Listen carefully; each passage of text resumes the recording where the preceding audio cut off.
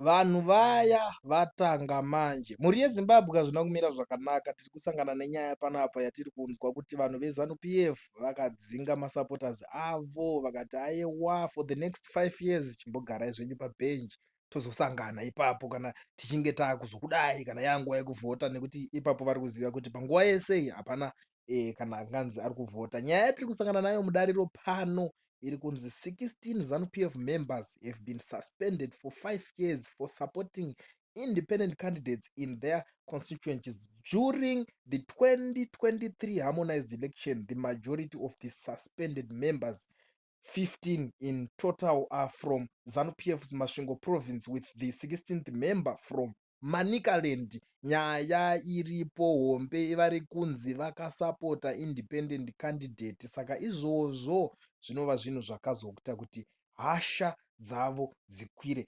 Vasvike pakuti aiwa imimi tigedzai timbokususpendai zvenyu, asi vazosuspendwa election ratopera. Ko zvingaitwa sei?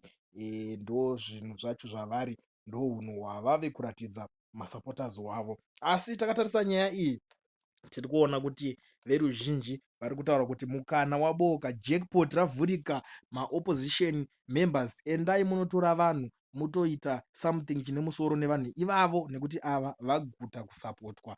Vanoziziva kuti ivo chero kusapotwa kana kusasapotwa vanozongozvita vanohwina hamene kuti vanenge vavhoterwa nani. Ndo zvinhu zvinenge zvingoripo, nekuti ukaona political party yakusvika pakunzi yadzinga munhu nekuti vasapota mumwe munhu asiri ivo, panenge pakaipa ipapo, panenge pakaoma. Ndo zvinhu zviri kuitika muZimbabwe, mashura chaiwo chaiwo, mashiripiti. Tinozviziva mhuri yeZimbabwe kuti imimi pamunonzwa nyaya idzi dzakaita sedzidzi munenge munazvo zvakawanda zvekutaura. Zvakakosha kuti mutiudzewo kuti muri kufungei pamunonzwa nyaya dzakadai so. Tiudzei mucomment section medu kuitira kuti ivo pachavo pavanosangana nenyaya dzavo dzakadai, pavanovhura comment section vachaverenga vachiona imimi zvamunenge muchitaura.